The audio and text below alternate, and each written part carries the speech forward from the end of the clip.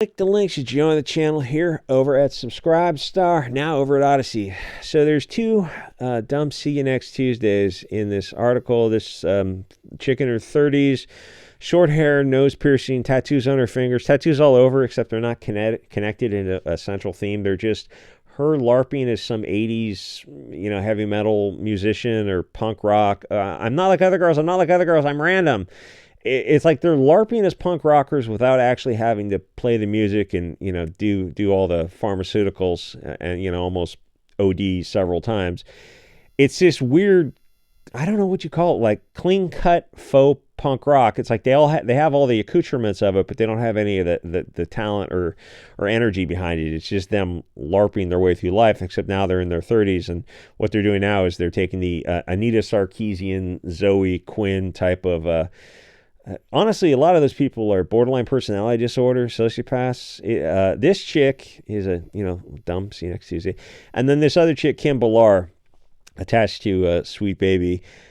And there's no shortage of these interviews, and their websites, now they're all archived, where they're going through and they're rapidly changing their website and trying to clean up their Twitter accounts and delete all their tweets when they go private about how much they hate white people. It's like, well, that's all public. You made these very public statements, but you thought you were making them in an echo chamber, and now people are kind of bringing attention to them, and suddenly you don't feel so comfortable. Why is that? It's like Libs at TikTok. She, does some things out of context. Yeah, for sure. There's things are clipped, but she's reposting other people's videos to a wider and a different audience. And so, if you say it's out of context, and some of it is, all you have to do is go back to the original videos and watch the whole thing and go, oh, these people are sociopaths.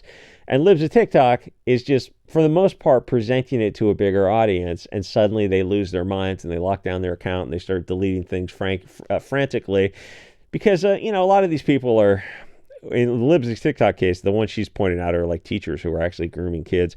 These are like the Anita Sarkeesian, Zoe Quinn 15 years later, Gamergate 2.0 with a whole new type of grift. But people are, this is not the environment of, when was that, 2014-ish to 2014 to 2016? That was an entirely different environment. People who are against this are much further on the right, and I don't know how to say it, less politically correct, more comfortable calling out the deeper issues involved with these people. So from Fandom Pulse, senior Kotaku editor Alyssa Mercante runs cover for Sweet Baby in an attempt to defuse Gamergate 2.0. It's been Sweet Baby's been trending for their cancerous connection to these games, and she's their editor for Kotaku. So she writes a poorly researched defense of the degenerates, the filthy parasitical globalist degenerates at Sweet Baby and their CEO of terrorism. And honestly, if you had a little bit more access or time to go through and research the people who got Sweet Baby and the initial funding off the ground, that I bet you you're going to find a lot of the usual suspects there. So she wrote this article in Kotaku. Sweet Baby doesn't do what some gamers think it does.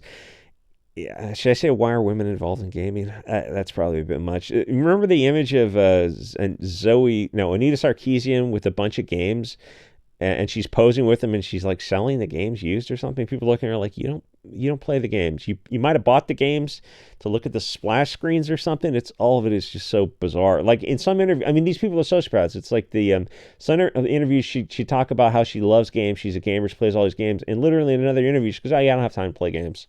It's like the Hillary Clinton saying her helicopter was getting shot down or under fire, and they landed, and then there's like clear-cut video of them landing and shaking hands and signing autographs. It's like that's the level of, I don't know, hubris they have, where they can just words come into their brain and they just start speaking things, and you go, but you're on camera and you're saying one thing and doing another, and they just don't care because they know the mainstream media is going to cover for them. And in this case, Kotaku, at least they are the mainstream, I don't know, video game media. Now there's like three kind of alt, Fandom Pulse, Bounding into Comics, and what's the other one, Bleeding Fool. So she writes this article, run and cover for him. It's clear that she's going to run cover for the disastrous involvement in games when she simply refers to Alan Wake 2, God of War, Suicide Squad, Kill the Justice League as recent high-profile releases, instead of pointing out that it was an utter failure. Was it a failure, or did it just not meet expectations? And you see how much these video games cost. It's a trip. So she infiltrated a Discord. You clicked on the Discord link. It's, hello, fellow kids. It's like, you're 35. The tattoos just look stupid now. So she goes, she's on Kotaku, goes on to explain that one of the company's consultants discovered a Steam group dedicated to detecting games that Sweet Baby has worked on, and adds that the purpose of the Sweet Baby detected Steam group is to encourage people to avoid these games because they suck, because the group had deemed that Sweet Baby was pushing a woke agenda by working towards greater diversity, equity, and inclusion. Yeah, that's what woke is. Usually that translates, I mean, that's one way of framing it. Another way of framing it is anti-white, misandrist, anti-family, pushing globalist themes instead of pushing tribalist themes. We're different. We're not globalists. We're tribalist nationalists, I guess more patriarchal focused. We have different values and beliefs than these sociopathic Kotaku writers. Diversity, inclusion, equity, feminism, that's all cancer. Most of us don't want any of that stuff in our games. The problem with diversity is it's easier just to say, yeah, diversity is cancer. I don't want any of it in movies or games or whatever. The deeper thing is to say it's because of the way they do it, because they're literally Bolsheviks in the Frankfurt School propaganda, where they can't, every POC character has to be a purse puppy and Mary Sue, because they can't treat characters fairly. So it becomes in the tire trope of blonde hair, blue-eyed character is going to be bad, and black hair, black-eyed character is going to be good. The correlation is just that tight. One, because they hate people of European descent, especially, Northern Europeans. But two, they got into games, movies, comics, whatever, so they can push this Bolshevik agenda. So in various interviews, they admit to it. Kim Ballar is on YouTube talking about it. So Alyssa Mercante is lamenting that gamers are pushing back in a total failure of journalistic ethics or integrity. Well, I mean, Kotaku and CBR and all these kind of magazines. The media is not the media. The media hasn't been the media since the late 90s when, believe it or not, like online website media became a thing. That's how long it is. That was the beginning of the death of paper media. And now things have to be clickbait, where things like Kotaku is a blog. It's a personal opinion piece. Or the Mary Sue or BuzzFeed or Vox or Slate, Salon, Mike, Nowviz, all these they're just far left Soros funded talking pieces. Like, they make no attempt at trying to be fair and impartial. That's just not what they're. What is it? There's a website called The Root, and they go, we're like a narrative company or something. I think it's one of these like Black Power media companies where they openly say that they're a narrative company. And then you read the stories, and you're like, but you're making factually incorrect statements. They go, yeah, well, we're not the media. We're a narrative company. Like, you're just Daily Stormer, but for the Bolshies. Anyway, so the conversation around Sweet Baby ignited a fundamentally misinformed. Okay, yeah, that's misinformation. Oh, really? Who determines the truth, Nina Jankowicz? Oh, we determine what's true. But we don't trust you because the media and the government lie repeatedly, especially over the past several years. Oh, no. You can trust Big Pharma. What happened to the left? What happened to you guys? You guys used to be raging against the machine. Like, oh, media, government, military, industrial complex. That's like 90s talk, which I realize now is over 25 years old. That used to be the left wing. Used to parrot that line all the time. And you look at them now, so now it's the media, government, pharmaceutical, industrial complex. I hope this doesn't get demonetized. And they go like, oh, no, that's like a far-right dog whistle. Oh, really? Because 25 years ago, that would be the left-wing talking point. Like, what happened to the left? You got subverted and corrupted. Yeah, that's what happened to the left. So no, people aren't misinformed.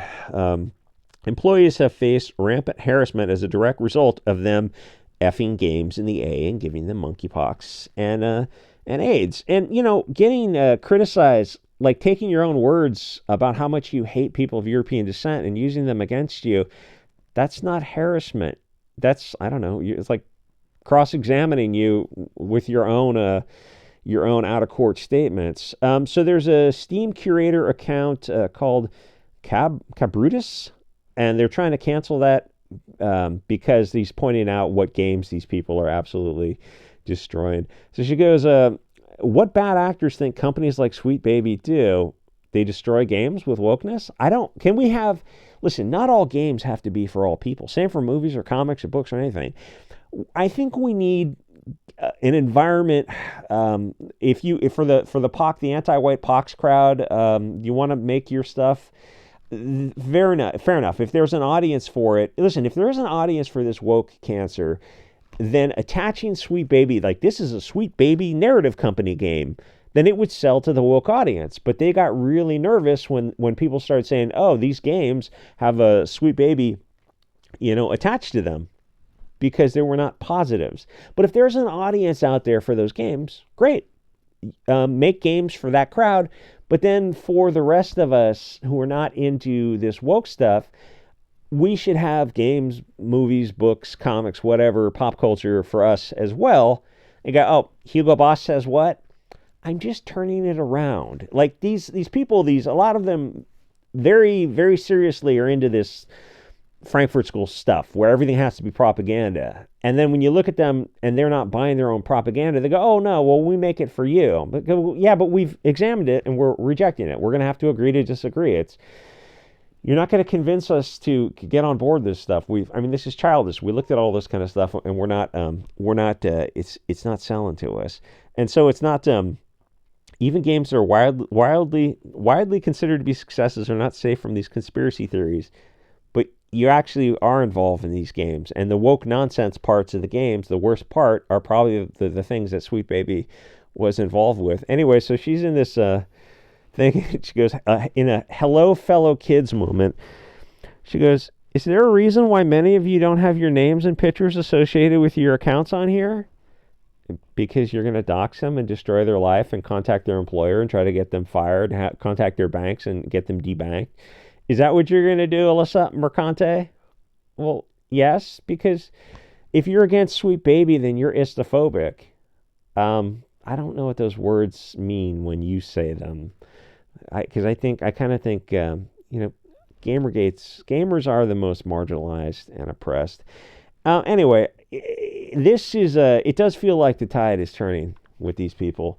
People are just, you see who these people are, and they're ugly people on the inside and outside. And I say that on the outside because their inner hatred kind of just comes out through their eyes. You can see the crazy in their eyes. Anita Sarkeesian, the Zoe Quinns, this chick, Alyssa Mercante, and Kim Ballar. Feminist Frequency was great because they have these people up there, and you look at all these people, and they were so deep in an echo chamber, and you can just hear the crazy. And you hear the cats too. And then she got married to herself in Sweden over the weekend for her 40th birthday. I thought that was a joke when I first saw that. And it's like, nope, she dressed up like a bride and at a party for her 40th birthday. And, I bet even the people who went to that wedding / birthday party where she married nobody, I bet you they thought it was weird. They probably thought, like, this is a bridge too far. Like, is she going to do something tragic over the next few days? No, I think she's just a sociopath. Like she really is. These people really aren't playing with a full deck. Like they're so different from us. I'm trying to say we need separate spaces, different environments. And you don't have to support these people at all, which is what this guy was doing. He goes, okay, let's take a look at these games they're attached to, so people can make their reasonable decisions. We don't want to support these games because we have different values. These race swapping characters or whatever woke nonsense. We accept we have different values. And you talk to these people and go, if you can't ad hominem, straw man, or deflect, can you have this conversation? And they look at you and they go, no, we can't. Without a straw man argument, without saying, so what you're saying is, so you're a label. We're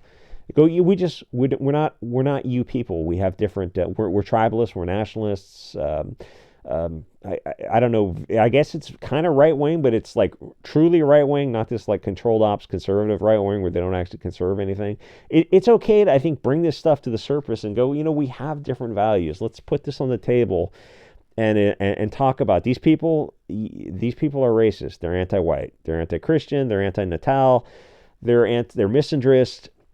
These are the deconstructors, the subverters, the corruptors, the Bolsheviks. It's like they're doing the same Frankfurt Bolshevik stuff for the past 130 years.